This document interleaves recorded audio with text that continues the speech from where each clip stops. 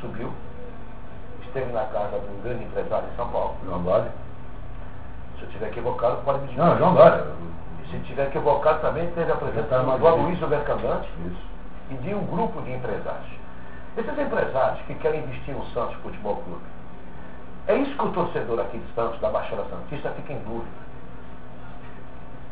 Sempre acontece em época de eleição, ou há muito tempo esses empresários já queriam investir no Santos Futebol Clube. Esses empresários querem investir no Santos através de uma oposição ganhar as eleições, ou realmente pode ainda tentar uma composição, Lisão? Paulo Alberto, é muito simples e muito claro a posição dos empresários em relação ao Santos. Todos eles têm absoluta consciência de que o Santos é uma marca fantástica, capaz de produzir riquezas e resultados em função do prestígio que o Santos adquiriu na sua época de ouro, na época em que Pelé, Coutinho, Pagão, Mengal, Pepe, Cito desfilavam pelos gramados e atraíam multidões para ver os jogos do Santos. Então, todos são conscientes de que o Santos é uma perspectiva de investimento bem administrado, pode ser muito atraente.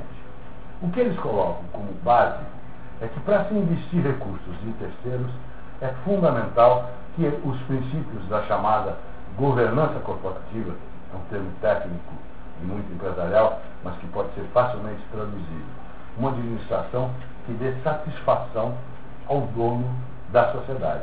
Quem é o dono do Santos?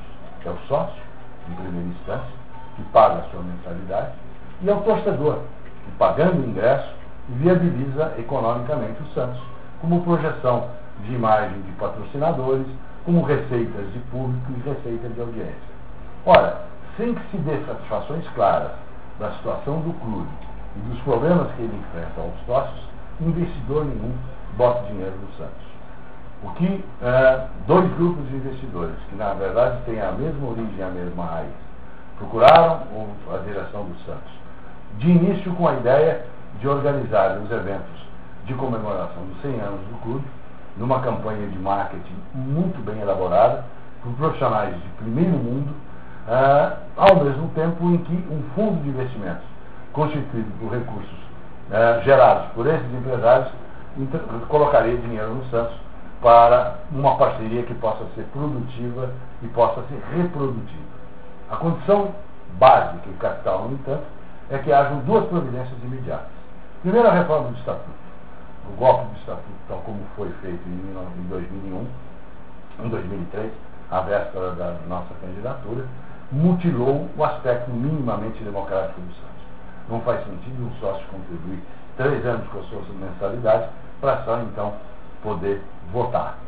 Se eu comprar uma ação do Banco do Brasil hoje, eu tenho o direito de amanhã ir na Assembleia do Banco e me fazer ouvir e votar de acordo com os interesses de um sócio que comprou uma ação do banco. Um parênteses, por favor, Lisaldo. Na quinta-feira, pela Rádio Cacique, na segunda edição do Radar Esportivo, o Alberto Francisco de Ribeiro, alemão, participava, foi entrevistado, e o alemão confirmou aquilo que também nós tínhamos já antecipado, de que o presidente Marcelo Teixeira teria solicitado a José da Costa Teixeira, o atual presidente do Conselho Deliberativo, para poder mudar o estatuto a partir do próximo ano, para que o novo presidente possa ter apenas uma reeleição. E o alemão acabou confirmando de que essa mudança deverá acontecer no próximo ano. Na verdade, eu acho que essa é uma notícia auspiciosa. A gente, desde 2003, bate, tanto do ponto de vista de manifestação pública, como até mesmo com ação correndo na Justiça. Ganhamos em primeira instância, o Santos recorreu para manter o Estatuto do jeito que está, o assunto está no Supremo Tribunal Federal, na iminência de ser julgado por um ministro do Supremo Tribunal Federal. Então, acho que é bom tempo, se o presidente se dispõe a reformular o equívoco que foi cometido com um estatuto medieval que permite a reeleição indefinida. Mas o problema não é só a reeleição, Roberto, eu acho que é mais grave. A limitação de que o candidato a presidente do Santos precisa ter 2 mandatos de conselheiro, o que valeria, mal comparando, ao presidente da República precisar de 2 mandatos de senadores para poder se candidatar. Tivesse essa regra vigindo para o país como um todo, quem seriam os candidatos à presidência da República? Muito provavelmente o ex-presidente Sarney, o ex-presidente do Congresso Renan Calheiros, que detém mais de 2 mandatos como senador.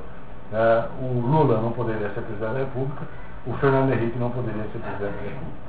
Imagine se, na véspera da eleição, o Lula mandasse um projeto para o Congresso alterando a condição de que só seria permitido uma reeleição e abrindo para que ele pudesse ser reeleito eternamente. Imagine que ele incluísse nesse projeto também que o Congresso seria formado apenas pelos seus partidários.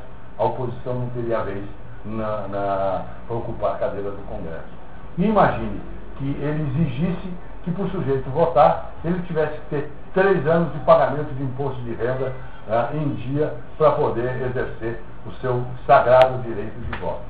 E que ainda, para ser candidato à presidência, tivesse que ter 2 mandatos de senador. Essas aberrações seriam incompreensíveis para qualquer cidadão brasileiro. No entanto, o que não seria razoável para o Brasil foi aplicado no Santos. E o Santos vive hoje essa camisa de força de um estatuto superado, autoritário e excludente. Mas mais do que isso, os empresários exigem transparência na administração dos negócios do clube. O clube não é propriedade de ninguém. Eu não posso resolver a meu critério e ao meu único desplante o futuro e os destinos do clube. Eu recebi um mandato dos sócios por delegação e tenho que dar satisfação cotidiana a ele do que aconteceu. Episódios como esse, recentemente divulgado, da venda dos direitos federativos do Rodrigo Tabata, até hoje eu, como sócio, não consigo engolir. O Santos pagou 2,5 milhões por 50% dos seus direitos federativos quando ele já estava no Goiás, acertou uma remuneração salarial bastante expressiva, porque ele era uma promessa, ele não correspondeu em campo às expectativas que se criou em função do desempenho que ele tinha no Goiás.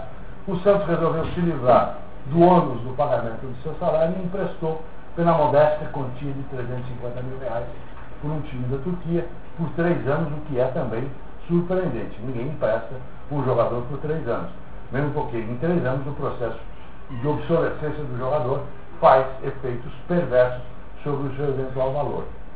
Eis que surge a notícia de que ele fora transferido para um outro time da Turquia pela expressiva importância de 8 milhões de euros.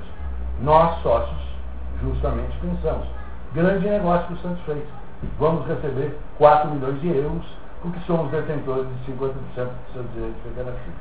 Vem a notícia, no entanto, de que não se sabe quando, nem onde, nem para quem, nem por quanto, o Santos não tem mais os direitos federativos sobre o jogador. Ora, isso não é administrar o clube por delegação. Isso não é ser transparente. Isso é insustentável para empresários colocarem os recursos no clube. Tem muitas perguntas aqui, Pedro Macedo, o Passarinho também. Aliás, tem, dentro do contexto, tem alguma colocação que possa pegar esse gancho, Pedro Macedo? Fica à vontade. Rapidamente, eu vou fazer 2 questões só para o candidato Luiz. Ele fez uma analogia aí com a política.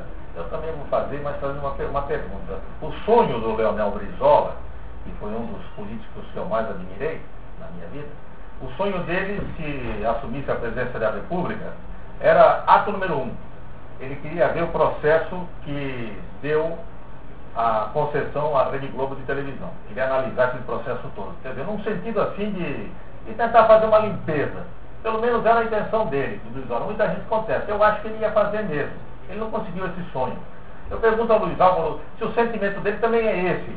Por exemplo, se eleito presidente do Santos Futebol Clube, qual seria o seu ato número 1?